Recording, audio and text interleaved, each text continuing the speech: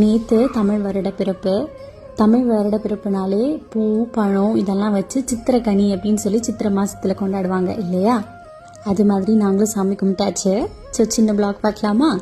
அப்புறம் வாசலில் கோலம், வீட்டுக்குள்ளே பூச்சி ரூமில் கோலம். எனக்கு கோலம் போட்டதுன்னா ரொம்ப பிடிக்கும். நான் டிசைனாக நிறைய கோலம் போடுவேன். ஸோ எனக்கு கோலம் போட்டது ரொம்ப பிடிக்கும்.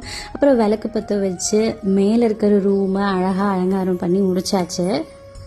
அப்புறம் சித்திரை மாதத்தில் பிறந்தவங்களுக்கு சித்திரை 1 அன்னைக்கு இல்லை சித்ரா பௌர்ணமி இல்லை சித்திரை முடியறதுக்குள்ளேயே ஒரு பொங்கல் வச்சு அவங்களுக்காக நம்ம செஞ்சோம் அப்படின்னு சொன்னால் அது ரொம்ப நல்லது அப்படின்னு சொல்லுவாங்க. என் ஹஸ்பண்ட் சித்திரை மாதத்தில் பிறந்தவங்க. எங்கள் மாமியார் அவங்களுக்கு யாரும் சொல்லாதனால இனி மருமக நீ தான் வைக்கணும் அப்படின்னு சொன்னதால நேற்று அவருக்காக பொங்கல் வச்சாச்சு. அதுக்கப்புறமா அப்பா வீட்டுக்கு போயிட்டு பாப்பாவுக்கு சோறெல்லாம் ஊட்டிட்டு சும்மா 4 கிளிக்ஸ் ஃபோட்டோஸ் எல்லாம் எடுத்துட்டு, ரொம்ப வெயில், இந்த சாரி கட்டிட்டு இருக்கவே முடியல. சரின்னு சொல்லிட்டு வீட்டுக்கு ஃப்ரெஷ் அப் ஆயிட்டு இந்த டே சூப்பராக முடிஞ்சிச்சு. ஹாப்பி தமிழ் புத்தாண்டு.